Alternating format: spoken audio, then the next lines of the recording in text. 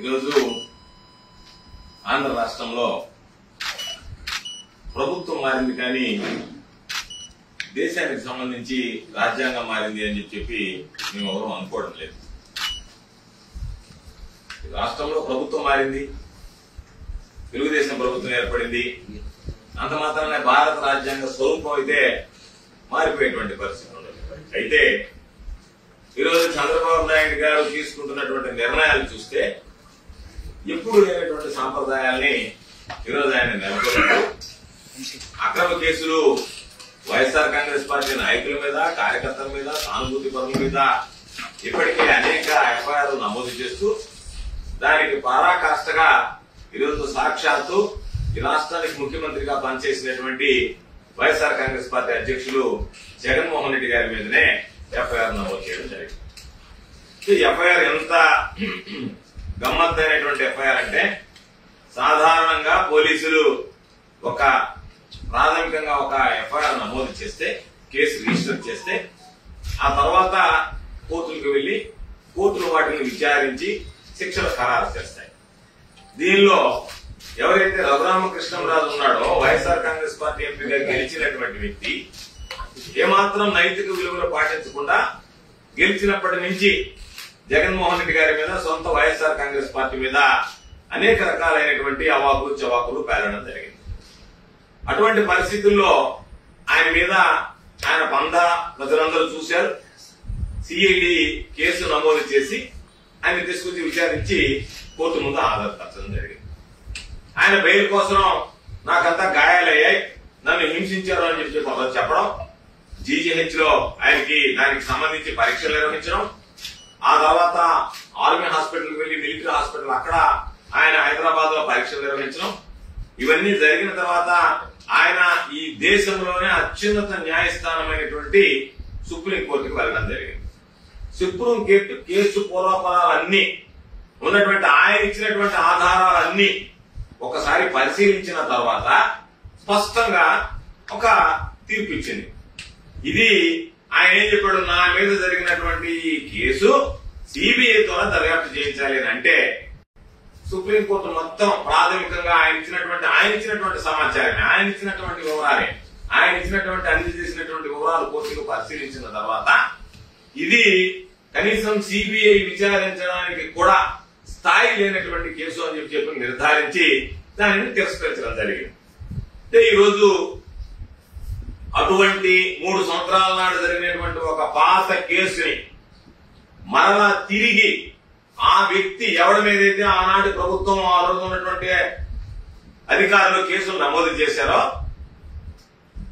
వాళ్ళ మీద తిరిగి ఆ ప్రభుత్వంలో ఉన్నటువంటి పెద్దలందరి మీద మీరు కేసు నమోదు చేయండి అని అంటే, ఈరోజు దానికి సంబంధించి చంద్రబాబు ప్రభుత్వం సిఐడి డీజీగా ఉన్నటువంటి సునీల్ కుమార్ గారు, ఇంటెలిజెన్స్ డీజీగా ఉన్నటువంటి సీతారామాంజనేయులు గారు, రాష్ట్ర ముఖ్యమంత్రిగా ఉన్నటువంటి జగన్మోహన్ రెడ్డి గారు, మిగతా ఆసుపత్రికి సంబంధించినటువంటి వైద్యులు, వీళ్ళందరినీ A1, A2, A3, A4లుగా చేర్చి ఈరోజు ఎఫ్ఐఆర్ నమోదు చేయడం జరిగింది.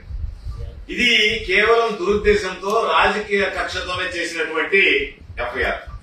అంటే మీరు ఎటువంటి సాంప్రదాయాలకు తెరదీస్తున్నారు అంటే, ఈ రోజు మీరు చేసేటువంటి దాడులు, మీ ద్వారా హింసకు గురవుతున్నటువంటి పాపం చనిపోతున్నటువంటి ఎంతో మంది వైఎస్ఆర్ కాంగ్రెస్ పార్టీకి సంబంధించినటువంటి నాయకులు, కార్యకర్తలు, సానుభూతి పనులు, రేపు ఎవరు బాధ్యత వహించాలి అంటే చంద్రబాబు బాధ్యత వహించాల్సినటువంటి పరిస్థితి ఏర్పడుతుంది. రాష్ట్రానికి కావాలి జగన్మోహన్ రెడ్డి గారు ముఖ్యమంత్రిగా ఉన్నాడు కాబట్టి ఈ రోజు ఆయన్ని కేసులో చేర్చారు. ఈ రోజు చంద్రబాబు ముఖ్యమంత్రిగా ఉన్నాడు కాబట్టి ఈ రాష్ట్రంలో జరిగేటువంటి దురాఘాతాలు అన్నిటికీ చంద్రబాబు నాయుడు బాధ్యత వహించాల్సి ఉంటుంది. రేపు వాళ్ళు కేసు నమోదు చేస్తే ఈ రోజు ఇచ్చినటువంటి కేసుల్లో మీరేమీ పట్టించుకోకుండా వదిలేస్తున్నారు. రేపు వాళ్ళ మీద కేసులు నమోదు చేసినటువంటి మీరు ఈ రోజు వాళ్ళ మీద అనవసరమైనటువంటి కేసులు పెడుతున్నారు. వాళ్ళు తిరిగి మీ మీద కేసులు నమోదు చేస్తే రేపు మీరు ఎటువంటి సాంప్రదాయానికి, పాత కేసులు ఎన్ని సంవత్సరాల నాడు అయిపోయినా సుప్రీంకోర్టు తిరస్కరించినా ప్రభుత్వం అనుకుంటే ఆ కేసులు మేము నమోదు చేసి మిమ్మల్ని దోషులుగా నిర్ధారించి మీ మీద ఎఫ్ఐఆర్ నమోదు చేయడానికి సిద్ధంగా ఉన్నాం, మౌన కేసులు పెట్టడానికి అని చెప్పి ఒక దుష్ట సాంప్రదాయాన్ని ఈ రాష్ట్రంలో నెలకొల్పినటువంటి వ్యక్తిగా ఈరోజు చంద్రబాబు నాయుడు గారు. అందుకే కేసుకు సంబంధించినటువంటి పోరాటాలు అన్ని చూసాం. అందుకే చెప్తున్నాం, పాలించే వ్యక్తి మారితే రాజ్యాంగం మారదు. పాలించేటువంటి వ్యక్తి మారితే, రాష్ట్రానికి ముఖ్యమంత్రి మారితే వ్యవస్థలో మార్పులు రావు. న్యాయం, చట్టం, ధర్మం వాటి కార్యక్రమాలు వాటి నిర్వర్తిస్తాయి తప్ప ఆయన మారాడు కాబట్టి ఆయనకు అనుగుణంగా చట్టాలు న్యాయాలు మారవు. ఆయన మారాడు కాబట్టి ఆయనకు అనుకూలంగా ఉన్నటువంటి అధికారులు వేసుకోవచ్చు తప్ప న్యాయ సూత్రాలు కానీ సహజ న్యాయ సూత్రాలకు విరుద్ధంగా ఏ అధికారి కూడా ప్రవర్తించడానికి వీలు ఉండదు. కాబట్టి అటువంటి పరిస్థితుల్లో దాదాపుగా సుప్రీంకోర్టు స్పష్టంగా చెప్పింది ఆనాటికే 75 రోజుల తర్వాత అయినటువంటి ఈ కేసును విచారించడం సమయం వృధా అని చెప్పి పక్కన పారేసినటువంటి కేసు 3 సంవత్సరాల తర్వాత మరలా ఎఫ్ఐఆర్ కట్టి దాని మీద ఎంత దారుణమైనటువంటిదంటే జూన్ 4వ తేదీ ఫలితాలు వస్తే జూన్ 11వ తేదీ అంటే వారం రోజులు తినకుండానే రఘురామకృష్ణరాజు గారు ఈమెయిల్ కేసు పంపించాడు. ఆయన 11వ తేదీ ఈమెయిల్ వీళ్ళకి ఫిర్యాదు చేస్తే 10వ తేదీ అంటే ఒక రోజు ముందుగానే పాపం అధికారులు అత్యుత్సాహం లీగల్ ఒపీనియన్ తీసుకున్నారు. అంటే ఆయనకి వీళ్ళు లీగల్ ఒపీనియన్ తీసుకుని మీరు కేసు పెట్టండి అని చెప్పి ఇది ఫ్యాబ్రికేటెడ్ కేసులాగా అనిపిస్తుంది తప్ప వాస్తవంగా అనిపించినట్టుగా. లేకపోతే జూన్ 11వ తేదీ ఆయన ఈమెయిల్ ఇస్తే జూన్ 10వ తేదీ మీకు ఏ విధంగా దాని మీద మీరు లీగల్ ఒపీనియన్ తీసుకున్నారు, తీసుకుని ఈరోజు ఎఫ్ఐఆర్ నమోదు చేశారు. కాబట్టి ఇవన్నీ కూడా చూస్తే దుర్మార్గమైనటువంటి ఆలోచనతో, దుష్ట బుద్ధితో ఈరోజు చంద్రబాబు నాయుడు ప్రభుత్వం పనిచేస్తుంది అని చెప్పి మేము భావిస్తున్నాం. వీటన్నిటికీ ప్రధానమైనటువంటి కారణం కూడా లేకపోలేదు. కారణం ఏమిటి అంటే ఈరోజు చంద్రబాబు నాయుడు గారు చాలా హామీలు ఇచ్చాడు. ఇచ్చినటువంటి హామీల నేపథ్యంలో ఈరోజు నిన్న చూసాం, 2 రోజుల క్రితం నుంచి చూస్తున్నాం. తల్లికి వందనం, తల్లికి వందనం పరిస్థితి ఏంటి అంటే ఈరోజు చంద్రబాబు నాయుడు ఎన్నికలకు ముందు ఏం చెప్పాడు? తల్లికి వందనం పేరుతో ఈరోజు తల్లికి వంచనకి పాల్పడుతున్నాడు. చంద్రబాబు నాయుడు ఎన్నికలకు ముందు ఏం చెప్పాడు? తల్లికి వందనం పేరిట ఎంతమంది బిడ్డలు చదువుకుంటూ ఉంటే అందరికీ 15,000 రూపాయలు ఇస్తానని చెప్పాడు. చంద్రబాబు నోటుకున్నా చెప్పాడు. ఒకరుంటే 15,000, ఇద్దరుంటే 30,000, ముగ్గురుంటే 40,000, నలుగురుంటే 60,000, 5 మంది ఉంటే 75,000 ఆడదాకా పోయాడు. కోవూరు మీటింగ్ లో నెల్లూరు జిల్లాకు సంబంధించి. మళ్లీ పైకి పోతే ఇంకా అసహ్యం ఉంటుంది అనుకున్నాడు కానీ 5 మంది పోతే 75,000. దానితో పాటు ఎంత మంది పిల్లలుంటే అందరికి 15,000 ఇస్తానన్నాడు. అన్నాడా లేదా? పవన్ కళ్యాణ్ గారు చెప్పాడు, లోకేష్ చెప్పాడు, చంద్రబాబు గారు చెప్పారు. ముగ్గురు బిడ్డకు 10,000, ప్రతి ఒక్కరికి 15,000 రూపాయలు. ఎంత మంది బిడ్డలు చదువుకుంటున్నారో అంతమందికి నేను 15,000 రూపాయలు ఇస్తానని చెప్పాడు. ఈ రోజు తీరా విధి విధానాల దగ్గరికి వచ్చేటప్పటికి నువ్వేదైతే గొప్పగా చెప్పుకున్నావు సూపర్ 6 లో తల్లికి వందనం అనేటువంటిది ప్రధానమైనటువంటిదని, ఆ సూపర్ 6 లో ఒక పథకానికి తూట్లు పొడుస్తూ ఈరోజు నువ్వు జీవో నెంబర్ 29 జారీ చేసి దాంట్లో స్పష్టంగా ఉండే మార్గదర్శకాలు. జీవో 29లో ఏమి తేడా ఏం లేదు. జీవో 29లో మార్గదర్శకాలు ఇంకా ఇవ్వలేదంటున్నావు. మార్గదర్శకాలు శుభ్రంగా ఉన్నాయి. ఆధార్ కార్డుని మీరు ఆధార్ కార్డు ఆధారంగా మీరు ఆ వివరాలు ఇస్తే వాటికి సంబంధించి ప్రతి తల్లికి 15,000 ఇస్తానన్నాడు. క్లియర్ గా రాశాడు. మళ్ళీ ఈ రోజు ఏదో చెప్తున్నాడు. దానికి సంబంధించి రకరకాలైనటువంటి మీరు చెప్పినటువంటిదే, మీరు కోట్ చేసినటువంటిదే, మీరు మాట్లాడినటువంటిదే. దీంట్లో స్పష్టత లేకుండా ఎక్కడా లేదు. దీంట్లో పూర్తి స్థాయి స్పష్టత ఉంది. అటువంటిది ఈ రోజు మీరు మరలా మేము అది ఇవ్వలేదు కాబట్టి మేము దానికి సంబంధించినటువంటి ఓన్లీ ఆధార్ కార్డుకు మాత్రమే ఇచ్చాం, మిగతా వాటికి ఇవ్వలేదని చెప్పి దీంట్లో క్లియర్ గా తల్లికి వందనం as a part of government assured flagship program, the government under Talliki Vandanam scheme is providing financial assistance of 15,000 rupees per annum to each mother or recognized guardian. Each mother or recognized guardian. తల్లికి కానీ Guardian కానీ 15,000 రూపాయలు ఇస్తానంటే పిల్లలకి 15,000 ఇస్తాననేటువంటి మాట ఎక్కడన్నా ఉందా దీంట్లో? ఈ జీవోలో లేదు కదా. లేనటువంటి జీవోకి మరలా నిన్న ఒక వివరణ ఇప్పించారు. సెక్రటరీ ఇచ్చినటువంటి వివరణ ఇది. మేము దాని విధి విధానాలు ఇంకా నిర్ధారించలేదు అంటే నా అనుమానం అది కూడా ఎక్కువడతాడేమో. విధి విధానాలు ఖరారు చేస్తే ఇంకేమేమి ఇంకెంతో దారుణంగా ఆ విధి విధానాలు ఖరారు చేసి ఇస్తారు. నేను చేసినటువంటి విధి విధానాలు ఖరారు కాలేదు, ఓన్లీ ఆధార్ సీలింగ్ గురించి మాత్రమే మేము ఆ జీవో ఇష్యూ చేశామని చెప్పి ఒక లేని అబద్ధాన్ని సృష్టించేటువంటి ప్రయత్నం చేశారు. ఈరోజు మేము అడుగుతున్నాం, ఈ పథకానికి సంబంధించి ఆధార్ లింక్ చేయడం అనేటువంటిది ఈ రోజు కొత్తగా వచ్చినటువంటిది కాదే. జగన్మోహన్ రెడ్డి గారు ఇప్పటికే ప్రతి కార్యక్రమానికి సంబంధించి ఆధార్ లింక్అప్ చేసి అన్ని వెల్ఫేర్ స్కీమ్స్ ఇంప్లిమెంట్ చేశాడు. అందులో భాగంగా అమ్మఒడి పేరుతో దీనికి సంబంధించినటువంటి ఆధార్ కార్డులన్నీ లింక్అప్ అయ్యాయి. నువ్వు మరలా కొత్తగా లింక్అప్ చేసేది, దాని ఆధార్ కార్డుకు ఆధారంగా నువ్వు ఇచ్చేది అనేటువంటిది వైఎస్ఆర్ ప్రభుత్వం గత 5 ఏళ్లుగా చేసినటువంటిది. అన్ని ఆధార్ కార్డులు లింకప్ చేసినటువంటి దానిలో ఈరోజు నేను ఆధార్ లింకప్ చేస్తానని చెప్పి ఒక జీవో ఇచ్చి దాని ప్రకారం నేను నడుపుతానని చెప్పి మాట్లాడు ఎంత హాస్యాస్పదమైనటువంటి విషయం. కాబట్టి ఈ రోజు నువ్వు ఈ మేనిఫెస్టోకి కట్టుబడి నువ్వు ఇచ్చినటువంటి ఆ సూపర్ 6 కి సంబంధించి ప్రతి బిడ్డకి 15,000 రూపాయలు ఇస్తున్నావా లేదా, లేదు పిల్లు మొక్కలు వేస్తున్నావా, మాట మరలా నీకు అలవాటే కొత్త ఏం కాదు. చంద్రబాబు నాయుడు వంచన, మోసము, అబద్ధము, అవినీతి, అక్రమం ఇవన్నీ చంద్రబాబుకి వెనక పెట్టినటువంటి విద్యులు.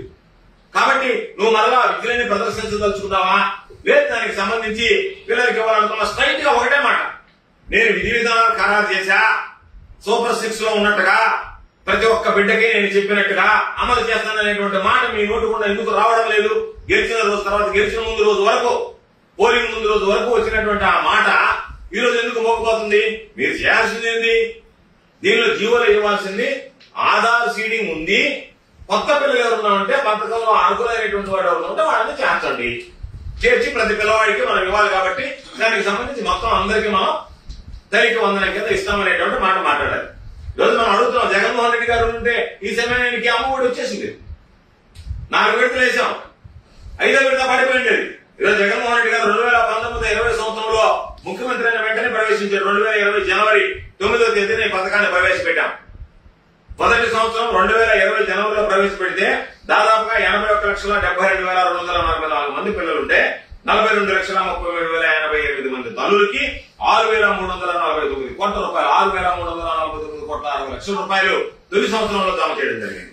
రెండో సంవత్సరం 2020-21 సంవత్సరానికి వస్తే 2021 జనవరి 11వ తేదీ 83,76,20 మంది బిడ్డలకు సంబంధించి విద్యార్థులకు సంబంధించి 44,48,865 మంది తల్లులకి 6,673 కోట్ల 40 లక్షల రూపాయలు జమ చేశారు. మూడో సంవత్సరం 2022-23 దగ్గర 2021-22 దగ్గరికి వచ్చేటప్పటికి 2022 జూన్ 27వ తేదీ 82,06,302 మంది పిల్లలకు సంబంధించి 42,62,419 మంది తల్లుల ఖాతాలో 6,394 కోట్ల రూపాయలు జమ చేయడం జరిగింది.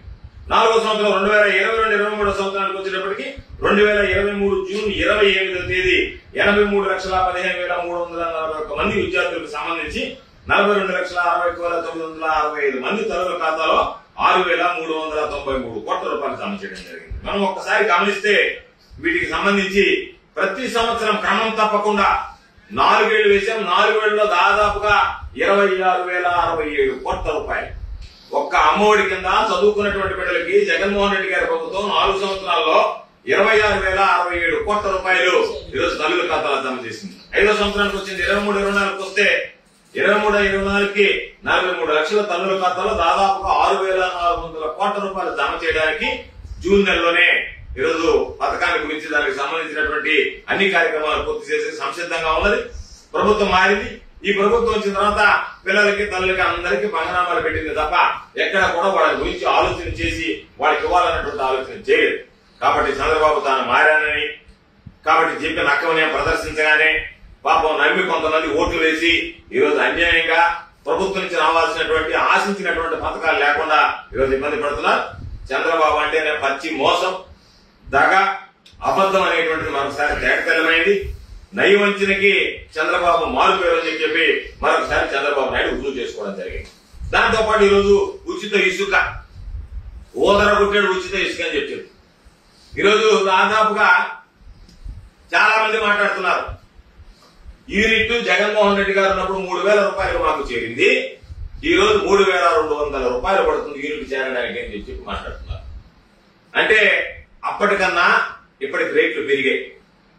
ఒక పక్క నేను ఉచితంగా ఇసుక ఇస్తానని చెప్పి దానికి రేటు నిర్ణయించాడు. ఉచిత ఇసుక అంటే కారణం ఏంది?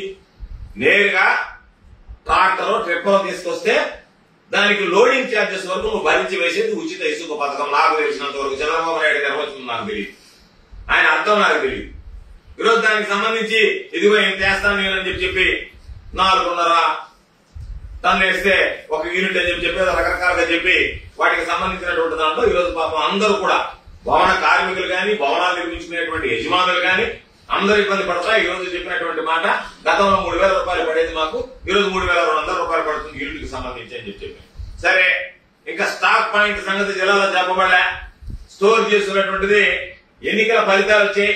పాపం చంద్రబాబు నాయుడు విధి విధానాలకు ముందే స్టాక్ పాయింట్ అన్ని ఖాళీ అయిపోయి వెంకటాచలంలో ఉండేది ఒక స్టాక్ పాయింట్ 30,000 ఎకరం ఒక్కొక్కరు ట్రిప్పర్ 30,000 ఎకరా పాపం తెలుగు తమ్ముడు మొత్తం అమ్ముకుని సొమ్ము చేసుకున్నారు. కాబట్టి స్టాక్ పాయింట్లు ఎక్కడున్నాయో మొత్తం అన్ని దోపిడీకి గురై పాపం చంద్రబాబు నాయుడు విధి విధానాలు ప్రకటించేటప్పటికీ స్టాక్ పాయింట్ దాదాపుగా ఖాళీ అయిపోయినటువంటి పరిస్థితి లేదు. ఇప్పుడు చూస్తే ఈ రోజు కూడా దోపిడీ గురవుతుందనేటువంటిది అన్ని పత్రికలు, ఒక పత్రిక ఆ పత్రిక ఈ పత్రిక కాకుండా నెల్లూరు జిల్లాలో ఎన్నడూ లేనటువంటి విధంగా ఇసుక రీచ్ నుంచి కూడా దోపిడీకి గురవుతుంది అని చెప్పి అంటే ఈ పథకాలన్నీ కూడా తెలుగు తమ్ముళ్ళు తెలుగుదేశం పార్టీకి సంబంధించినటువంటి నాయకులు దోచుకోవడానికి వాళ్ళకి దోచిపెట్టడానికి ఉపయోగపడేటువంటి విధంగా ఉన్నాయి తప్ప ప్రజలకు ఉపయోగపడేటువంటి విధంగా అనిపించడం లేదు. కాబట్టి చంద్రబాబు నాయుడు 3 విషయాలు, తల్లికి వందనం విషయం మీద స్పష్టత ఇవ్వాలి. రెండవది ఇసుకకు సంబంధించి ఉచితం అన్నావు కదా, ఈరోజు వాటికన్నా ప్రియమైంది ఇసుక, కాబట్టి దాని మీద నువ్వు ఏమి చేయబోతున్నావు అనేటువంటి దాని మీద స్పష్టత ఇవ్వాలి. మొన్న సింపుల్ గా ఒకటి విద్యుత్ రంగానికి సంబంధించి ఒక వైట్ పేపర్ విడుదల చేసుకోవడం అయిపోయాడు. దాని మీద మేము నిన్ను 3 ప్రశ్నలు అడుగుతాం, మిగతా పక్కన పెడతాం అన్ని చెప్పాం. తమ హయాంలో ఎంత డిమాండ్ ఉన్నది, మా హయాంలో ఎంత డిమాండ్ ఉన్నది, తమ హయాంలో డిస్కమ్లు ఏ విధంగా ఉన్నాయి, మా హయాంలో డిస్కమ్లు ఏ విధంగా ఉన్నాయి, తమ హయాంలో పవర్ పర్చేసింగ్ అగ్రిమెంట్స్ ఏ విధంగా చేశారు, వాటిలో ఎంత అవినీతి జరిగింది, మేము ఎంత పారదర్శకంగా చేశాం, వీటన్నిటి మీద కూడా చెప్పాం. తమ హయాంలో ఎంత అప్పులు తెచ్చారు, మా హయాంలో ఎంత అప్పులు తెచ్చాం, అన్ని విషయాల మీద కూడా సమగ్రంగా వివరాలన్నీ కూడా మీడియా ముఖంగా ప్రజలకు తెలియజేయడం జరిగింది. అక్కడ 3 విషయాలు మిమ్మల్ని అడుగుతుంటే ఆ 3 విషయాల గురించి మేము మాట్లాడడం లేదు. ఒకటి, మీరు కరెంటు ఛార్జీలు భవిష్యత్తులో పెంచము అని చెప్పినటువంటి మాట వాస్తవమా కాదా? ఎన్నికలకు ముందు దానికి కట్టుబడి మేము కరెంటు ఛార్జీలు పెంచము అని ఆ మాట నీ నోటు గుండా రావడం లేదు అంటే మొన్న ఎవరో విలేకరు అయితే ఎవరు చెప్పారు కరెంటు ఛార్జీలు పెంచమని, నేను చెప్పలేదు నువ్వు అంటున్నావు అన్నాడు. దాన్ని బట్టి ఏంది కరెంటు ఛార్జీలు పెంచడానికి నువ్వు సిద్ధపడుతున్నావు అనేటువంటి అనుమానం ఉన్నది. దాని మీద స్పష్టత ఇవ్వాల్సినటువంటి అవసరం ఉంది. కరెంటు ఛార్జీలు పెంచము, నేను చెప్పినటువంటి మాట కట్టుబడి ఉంటాను, లేదు నేను చెప్పినటువంటి మాట కట్టుబడను, నా మనస్తత్వం అదే కదా, నేను చెప్పేది ఒకటి చేసేది ఒకటి, దానికి నేను కరెంట్ ఛార్జీలు పెంచుతానంటే చేయగలిగిందే లేదు. కరెంటు ఛార్జీల మీద స్పష్టత, పెంచుతాను పెంచను. అదేవిధంగా ట్రూఅప్ ఛార్జీలు ఉన్నాయి, ఆ ట్రూఅప్ ఛార్జీలు నాకు తెలియదు అసలు, వకాబులరే కొత్తగా ట్రూఅప్ ఛార్జీలను తీసుకొచ్చారు, మన ప్రభుత్వం వచ్చిన తర్వాత ట్రూఅప్ ఛార్జీలు ఎత్తేస్తున్నాం. ట్రూఅప్ ఛార్జీస్ అనేటువంటివి వేసింది తమ హయాంలో, తమరు ముఖ్యమంత్రిగా ఉండగానే తమకు మధ్యమరికి వచ్చిందేమో మాకు తెలియదు కానీ తమ హయాంలో వేసాం అనేటువంటిది తేడా తెల్లం.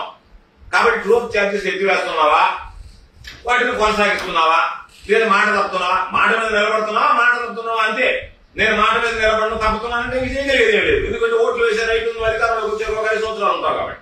ఇంకొకటి, మోటార్లకి మీటర్లు అవి ఉరుతాడని ఊరున తిరిగావు, ఈ రోజు ఆ మోటార్లకి మేము మీటర్లు బిగించము అనేటువంటి స్పష్టత నీ నోటు కూడా ఎందుకు రావడం లేదు. కాబట్టి వీటి మీద వివరణ ఇవ్వమంటే పాపం ఇద్దరు లేస్తే ఆయన ట్విట్టర్ లో విరుచుకు పడేవాడు లోకేష్. దళిత వందనాల గురించి మాట్లాడు, ఉచిత ఇసుక గురించి మాట్లాడు, విద్యుత్కి సంబంధించి ఛార్జీలు, ట్రూఅప్ ఛార్జీలు, కరెంట్ ఛార్జీలు పెంచుతావా, ట్రూఅప్ ఛార్జీలు తీసేస్తావా లేదా, మోటార్లకు మీటర్లు బిగిస్తావంటే మాట్లాడు. అదిగాక దళిత వందనం అనేటువంటిది ఆయనకి సంబంధించినటువంటి సబ్జెక్టు, ఆయన మంత్రిగా ఉండేటువంటి సబ్జెక్టు, ఆయన సంతకం పెడితే వచ్చినటువంటి జీవో, దాని మీద వివరణ ఇవ్వకుండా పాపం ఎవరో కార్యదర్శిస్తారో ఒక పత్రిక ప్రకటన ఇచ్చి ఇవన్నీ మేము మామూలుగా ఉత్తుత్తి జీవోలు అవన్నీ, ఆ జీవోలు మీరు లెక్కలో పెట్టుకోబడలేదు, మేము మరణ మార్గదర్శకాలు ఇస్తామని చెప్పి మాట పంచారు. వీటన్నిటినీ అమలు చేసే బాధ్యత నాది అని చెప్పాడు జనసేన పవన్ కళ్యాణ్. ఆయన కూడా చెప్పాడు ప్రతి ఒక్క కుటుంబానికి 15,000 ఇస్తామని చెప్పి మాట్లాడాడు. ఆన్ రికార్డు ఉంది. ఈరోజు ఆయన కూడా వచ్చి అయ్యా ఆ రోజు నువ్వు మాట్లాడావు, నా చేత చెప్పించావు, కాబట్టి నీకు క్రెడిబిలిటీ లేకపోయినా నా క్రెడిబిలిటీ దెబ్బతినిపోతుందని చెప్పి పవన్ కళ్యాణ్ క్రెడిబిలిటీ నిరూపించుకోవాల్సినటువంటి సందర్భం కదా. కాబట్టి ఎవ్వరూ ఏమీ మాట్లాడకుండా అడ్డగోలుగా జనాన్ని మోసం చేయడానికి ప్రయత్నం చేస్తుంటే, వాటిని ప్రశ్నిస్తుంటే, వాటిని డైవర్ట్ చేయడానికి ఈరోజు జగన్మోహన్ రెడ్డి గారి మీద కేసు పెట్టి చంద్రబాబు నాయుడు కపట నాటకాలు ఆడేటువంటి పరిస్థితి ఏర్పడింది. కాబట్టి ప్రజలు వీటన్నింటినీ గమనిస్తున్నారు. చంద్రబాబు నాయుడు మోసాలు, చంద్రబాబు నాయుడు ఒడిగడుతున్నటువంటి దారుణాలు, చంద్రబాబు నాయుడు చేపడుతున్నటువంటి కార్యక్రమాలు తప్పనిసరిగా చంద్రబాబు నాయుడు అనుకుంటున్నాడేమో, వెల్లవెగుతున్నాడేమో అధికారం నా చేతుల్లో ఉంది అని చెప్పి అధికారులు ఎవ్వరికీ శాశ్వతం కాదు. కాబట్టి మరలా మేము చెప్పేది, చంద్రబాబు నాయుడు గారి పాలన ప్రారంభమై 4 రోజులైంది. మేము విమర్శించాలనుకోవడం లేదు. మీరు చేసేటువంటి పనులకి ఈరోజు మేము ప్రజల్లోకి తీసుకువెళ్లాల్సినటువంటి బాధ్యత ప్రతిపక్షంలో మాకుంది. ఎందుకంటే మాకు జనాలు ఓట్లు వేసినారు, మాకు ఆ బాధ్యత ఉంది. బాధ్యత కలిగినటువంటి వ్యక్తులుగా మా బాధ్యత మేము నిర్వర్తిస్తాం. మేము మిమ్మల్ని ప్రశ్నించడం లేదు, మీరు అడిగినటువంటి వాటిని విమర్శించడం లేదు. మీరు చెప్పినటువంటి వాటిని సరి చేసుకొని ఒకవేళ మేము ఓడిపోతే ఓడిపోవచ్చు, ప్రజలకు అన్యాయం కాకుండా చూడాల్సినటువంటి బాధ్యత మా మీద ఉంది. కాబట్టి మేము ఓటర్ ఫాలో అయిపోయాం కాబట్టి ప్రజలు ఎట్టపోతే ఎట్టపోతే అని చెప్పిన ఆలోచన మాది కాదు. ప్రజలతో మమేకమైనటువంటి వాళ్ళం, ప్రజలతో కలిసి ఉండేటువంటి వాళ్ళం. మాకు దాదాపుగా గణనీయమైనటువంటి ఓట్లు, గణనీయమైనటువంటి ప్రజల యొక్క బలము, మద్దతు ఉంది. కాబట్టి అటువంటి పరిస్థితుల్లో మీరు చేసేటువంటి దారుణాలు, మోసాలని మేము ఎప్పటికప్పుడు ఇంటిగా ఎండగడతాం. దాని మీద మీరు ఇప్పటికైనా సరే సరిచూసుకుని ప్రజలకు న్యాయం చేయవలసిందిగా ఈ రోజు ప్రభుత్వాన్ని మేము కోరుకుంటున్నాం.